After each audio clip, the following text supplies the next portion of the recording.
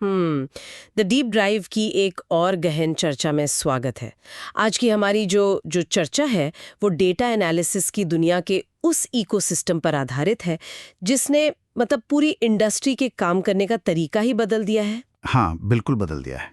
आज के हमारे स्रोत Python for data analysis course के नोट्स से लिए गए हैं और इस पूरी चर्चा का हमारा जो मुख्य मिशन है वो ये समझना है कि आखिर पाइथन डेटा एनालिसिस की दुनिया में इतना शक्तिशाली क्यों माना जाता है। बिल्कुल, और उससे भी बड़ी बात यह है कि कैसे मॉड्यूल्स और लाइब्रेरीज जैसी चीजें इतनी जटिल कोडिंग को इतना आसान बना देती हैं कि विश्लेषकों का पूरा ध्यान सिर्फ इनसाइट्स निकालने पर रहता है। सही कहा। कल्पना कीजिए कि डेटा की विशाल फाइलों पर जटिल गणितीय गणनाएं करनी है, वो भी बिना शून्य से कोड लिखे। ये चर्चा असल में समय बचाने और काम को स्मार्ट तरीके से करने के बारे में ही है। तो आज हम विशेष रूप से नमपाई और पैंडास के आर्किटेक्चर पर अपना ध्यान केंद्रित करेंगे। ये एक ऐसा विषय है जो डेटा साइंस या मशीन लर्निंग में काम करने वाले मतलब किसी भी व्यक्ति के लिए बिल्कुल बुनियादी है। हाँ, जब हम डेटा एनालिसिस की बात करते हैं ना, तो अक्सर लोग सीधे एल्गोरिदम्स और मॉडल्स के बारे में सोचने लगते हैं, है ना? लोग सीधे एडवांस चीजों पर भागते हैं। बिल्कुल। लेकिन स्रोत सामग्री इस बात पर जोर देती है कि वो सब तब तक संभव नहीं है जब तक कि डेटा को प्रोसेस करने के लिए एक मजबूत ढांचा मौजूद ना हो। पाइथन की असली ताकत उसका सिंटैक्स नहीं है, बल्कि उसका वो विशाल इकोसिस्टम है जो डेवलपर्स को जो उन्हें पहिए को फिर से बनाने से रोकता है। एकदम सही। ठीक है, तो चलिए इसे थोड़ा विस्तार से समझते हैं। स्रोत सामग्री में मॉड्यूल और लाइब्रेरी के बीच के अंतर को स्पष्ट किया गया है। अक्सर जब लोग पाइथन सीखना शुरू करते हैं तो इन दोनों शब्दों का इस्तेमाल एक दूसरे की जगह पर कर लेते हैं। हाँ, ये बहुत आम बात है। नोट्स के अनुसार एक मॉड्यूल असल में पाइथन कोड वाली सिर्फ एक अकेली फाइल होती है जिसे अन्य स्क्रिप्ट्स में आयात या इंपोर्ट किया जा सकता है। और दूसरी तरफ लाइब्रेरीज मॉड्यूल्स और पैकेजों का एक बहुत बड़ा कलेक्शन होती है। इसे पहले से पैक किए गए कोड के बंडल के रूप में देखा जा सकता है। लेकिन यहाँ एक सवाल ये उठता है कि आखिर कस्टम कोड लिखने के बजाय किसी और के लिखे कोड या इन बनी बनाई लाइब्रेरीज पर इतना निर्भर क्यों रहा जाए? यहाँ जो बात सबसे अधिक आकर्षित करती है वो है एफिशिएंसी और ऑप्टिमाइजेशन का स्तर। मतलब जब कोई डेटा मैनिपुलेशन के लिए कस्टम कोड लिखता है तो वो कोड शायद काम कर जाए, लेकिन क्या वो लाखों रोज के डेटा पर तेजी से काम करेगा? बिल्कुल नहीं। डेटा एनालिसिस में इस्तेमाल होने वाली लाइब्रेरीज सिर्फ कोड का बंडल नहीं है, वो दुनिया भर के हजारों बेहतरीन डेवलपर्स द्वारा सालों तक टेस्ट और ऑप्टिमाइज की गई हैं। और ये भी तो है ना कि ये कोड C या C++ जैसी लो लेवल भाषाओं में ऑप्टिमाइज किया गया होता है। हाँ, जिससे पाइथन जैसी इंटरप्रेटेड भाषा में भी बहुत तेज स्पीड मिलती है। उपयोग में आसानी भी एक बड़ा फैक्टर है।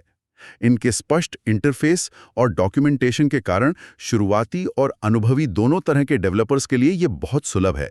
ये एक बहुत ही महत्वपूर्ण बिंदु है। इसका मतलब है कि विश्लेषकों को C भाषा की स्पीड मिल रही है, लेकिन पाइथन के आसान सिंटैक्स के साथ। सही। लेकिन क्या किसी बाहरी लाइब्रेरी पर इतना ज्यादा निर्भर होना सुरक्षित है? मतलब अगर उस लाइब्रेरी में कोई बग आ जाए या उसे अपडेट करना बंद कर दिया जाए तो क्या पूरे प्रोजेक्ट के लिए जोखिम नहीं बन जाएगा? ये एक बहुत ही वैध चिंता है और इसीलिए स्रोत सामग्री ओपन सोर्स कम्युनिटी सपोर्ट के महत्व पर इतना जोर देती है। लोकप्रिय लाइब्रेरीज के पीछे अक्सर बड़ी टेक कंपनियां और एक बहुत बड़ा ग्लोबल डेवलपर कम्युनिटी होती है। तो अगर कोई बग आता भी है तो वो कुछ ही घंटों के भीतर रिपोर्ट और फिक्स हो जाता है। यहाँ विस्तृत होता है कि किसी भी एरर का समाधान फोरम्स या ट्यूटोरियल्स के माध्यम से आसानी से मिल जाता है। ये निरंतरता और विश्वसनीयता ही इन टूल्स को इतने बड़े स्तर के कामों के लिए उपयुक्त बनाती है। एकदम सही बात है। यानी ये सिर्फ टूल इस्तेमाल करने की बात नहीं है, बल्कि एक पूरे ग्लोबल सपोर्ट सिस्टम का हिस्सा बनने की बात है। हाँ। अब जब हमने मॉड्यूल्स और लाइब्रेरीज के इस बुनियादी ढांचे को समझ लिया है तो चलिए पाइथन की उस लाइब्रेरी की तरफ बढ़ते हैं जो इस पूरे इकोसिस्टम का इंजन मानी जाती है, नमपाई। हाँ, नमपाई यानी न्यूमेरिकल पाइथन। स्रोत बताता है कि नमपाई की सबसे बड़ी विशेषता इसके n डायमेंशनल एरेज हैं। बिल्कुल। अगर हम इसे व्यापक संदर्भ में देखें तो नमपाई पूरे पाइथन डेटा इकोसिस्टम की नींव है। अन्य लाइब्रेरीज इसी पर आधारित होती हैं। और इसका मुख्य आधार ND एरे ऑब्जेक्ट है ना? हाँ, ND एरे, जब हम डेटा एनालिसिस की बात करते हैं तो अंततः हर चीज, चाहे वो कोई इमेज हो, ऑडियो फाइल हो या टेक्स्ट हो, वो संख्याओं या नंबर्स में ही बदल जाती है। और जब लाखों करोड़ों संख्याओं को प्रोसेस करने की बात आती है तो नमपाई का कोई मुकाबला नहीं है। क्योंकि इसका एनडी-अरे ऑब्जेक्ट पाइथन की डिफ़ॉल्ट लिस्ट की तुलना में बहुत अलग तरीके से काम करता है। ये बहुत तेज है, लचीला है और मेमोरी के मामले में बहुत कुशल है। लेकिन एक विश्लेषक के नजरिए से सोचें तो पाइथन में तो लिस्ट्स पहले से ही होती हैं। अगर किसी को कुछ संख्याओं को जोड़ना है या उन पर कोई गणितीय ऑपरेशन करना है तो एक साधारण फॉर लूप लगाकर भी तो ये काम किया जा सकता है। किया तो जा सकता है। फिर नमपाई को इंपोर्ट करने का अतिरिक्त कदम क्यों उठाया जाए? मैं बताता हूँ। फॉर लूप छोटे डेटा के लिए तो ठीक है, लेकिन जब बात बहुत बड़े डेटा सेट्स की होती है तो पाइथन में लूप्स बहुत धीमे साबित होते हैं। यहीं पर नमपाई काम आता है। वेक्टराइजेशन के जरिए। हाँ, बिना नमपाई के हर एक एलिमेंट के लिए लूप लिखना पड़ेगा।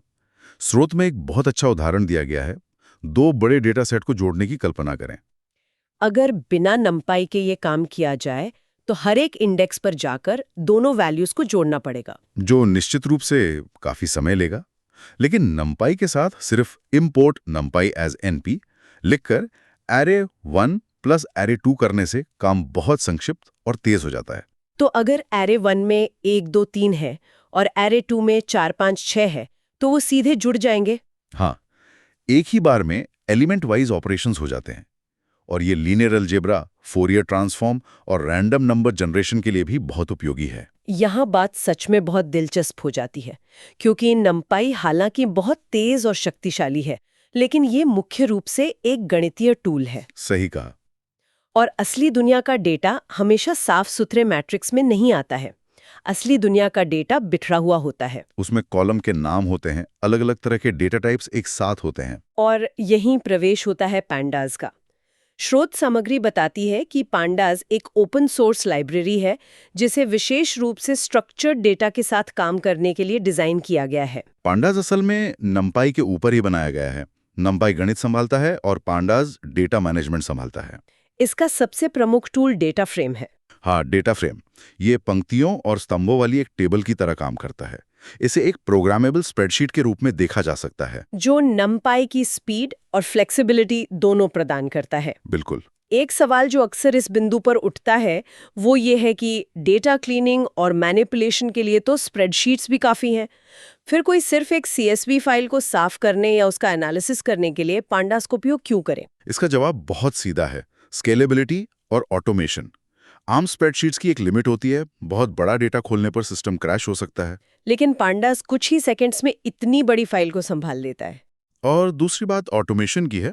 स्रोत में दिए गए सेल्स डेटा वाले CSV फाइल के उदाहरण को ही लें। पांडास के जरिए फाइल को पढ़ना, गायब डेटा को हटाना और कुल बिक्री की गणना करना सिर्फ कुछ लाइनों का कोड है। रीड CSV, ड्रॉप NA और सम फंक्शंस का इस्तेमाल करके। हाँ, ये दर्शाता है कि कैसे पांडास कच्चे डेटा को बिना किसी परेशानी के कार्यवाही योग्य अंतर्दृष्टि में बदल देता है। और पांडास की एक और बहुत बड़ी ताकत है गायब या अमान्य डेटा को हैंडल करना। Missing values. असली दुनिया के डेटा सेट्स में अक्सर कुछ जानकारी गायब होती है। पांडास इन अमान्य मानों को NaN या नॉट अ नंबर के रूप में पहचानता है। लेकिन मिसिंग डेटा इतना बड़ा मुद्दा क्यों है? अगर कुछ वैल्यूज नहीं है तो उन्हें इग्नोर करके आगे क्यों नहीं बढ़ा जा सकता? क्योंकि अगर उस कच्चे और अधूरे डेटा को सीधे किसी विश्लेषण में डाल दिया जाए तो परिणाम या तो एरर दे देगा या फिर गलत होगा। डेटा को साफ करना सबसे जरूरी कदम है। इसके अलावा स्रोत सामग्री में पांडास की टाइम सीरीज क्षमताओं का भी विशेष उल्लेख किया गया है।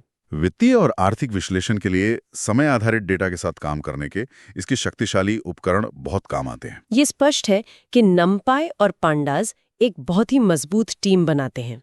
लेकिन स्रोत सामग्री सिर्फ इन टूल्स की तारीफ नहीं करती, ये कुछ सर्वोत्तम अभ्यास या बेस्ट प्रैक्टिसेस भी शेयर करती है। हाँ, ये जानना बहुत जरूरी है कि इन लाइब्रेरीज को स्क्रिप्ट में इस्तेमाल कैसे और कब किया जाए। सबसे पहला नियम ये है कि किसी भी लाइब्रेरी को स्क्रिप्ट की शुरुआत में ही इंपोर्ट कर लेना चाहिए। इससे रन टाइम एरर से बचा जा सकता है और केवल उसी चीज को इंपोर्ट करना चाहिए जिसकी जरूरत हो। इसके अलावा पढ़ने में आसानी के लिए उपनाम या एलियासेस का उपयोग करना चाहिए, जैसे नमपाई के लिए NP और पांडास के लिए PD।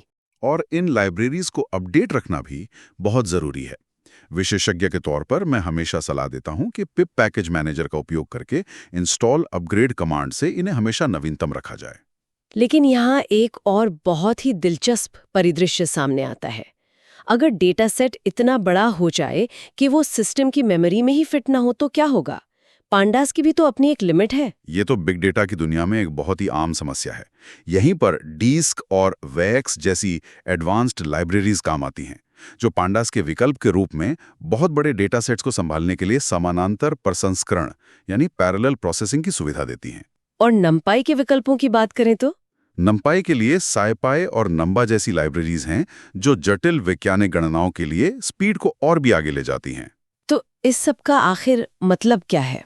मुख्य बात यह है कि ये उपकरण सीखने वालों को डेटा विश्लेषण में अधिक प्रभावशाली और सटीक परिणाम देने में मदद करते हैं। वो भी कम समय और कम मेहनत के साथ? बिल्कुल। हमने देखा कि पांडास नंपाई की नींव पर बना है और डिस्क जैसी लाइब्रेरीज उससे भी आगे जाकर विशाल डेटा को प्रोसेस करती हैं। ये सब पहले से लिखे गए कोड के बंडल हैं जो काम आसान कर रहे हैं। तो एक सोचने वाली बात ये उभर कर आती है, हाँ, यदि भविष्य में लाइब्रेरीज इतनी उन्नत हो जाएं कि वो खुद ही डेटा देखकर सही टूल्स का चुनाव कर लें, तो क्या डेटा विश्लेषण का मतलब कोडिंग सीखना रह जाएगा? या फिर इसका पूरा मतलब सिर्फ डेटा से सही सवाल पूछने की कला में बदल जाएगा? ये सच में तकनीक के विकास का एक ऐसा पहलू है जिस पर हर सीखने वाले को गौर करना चाहिए। बहुत ही शानदार विचार। जैसे जैसे ये लाइब्रेरीज ज्यादा काम खुद संभालने लगेंगी, इंसानी भूमिका सिर्फ दिशा निर्देश देने और रणनीतिक सवाल पूछने तक सीमित होती जाएगी। आज के इस ज्ञानवर्धक और गहरी चर्चा के लिए बस इतना ही। इन शक्तिशाली उपकरणों के आर्किटेक्चर के बारे में जानना सच में बहुत अद्भुत रहा। हम उम्मीद करते हैं कि इस डीप डाइव से सभी श्रोताओं को नई अंतर्दृष्टि मिली होगी। आगे भी इसी तरह सीखते रहिए और खोजबीन जारी रखिए। नमस्कार।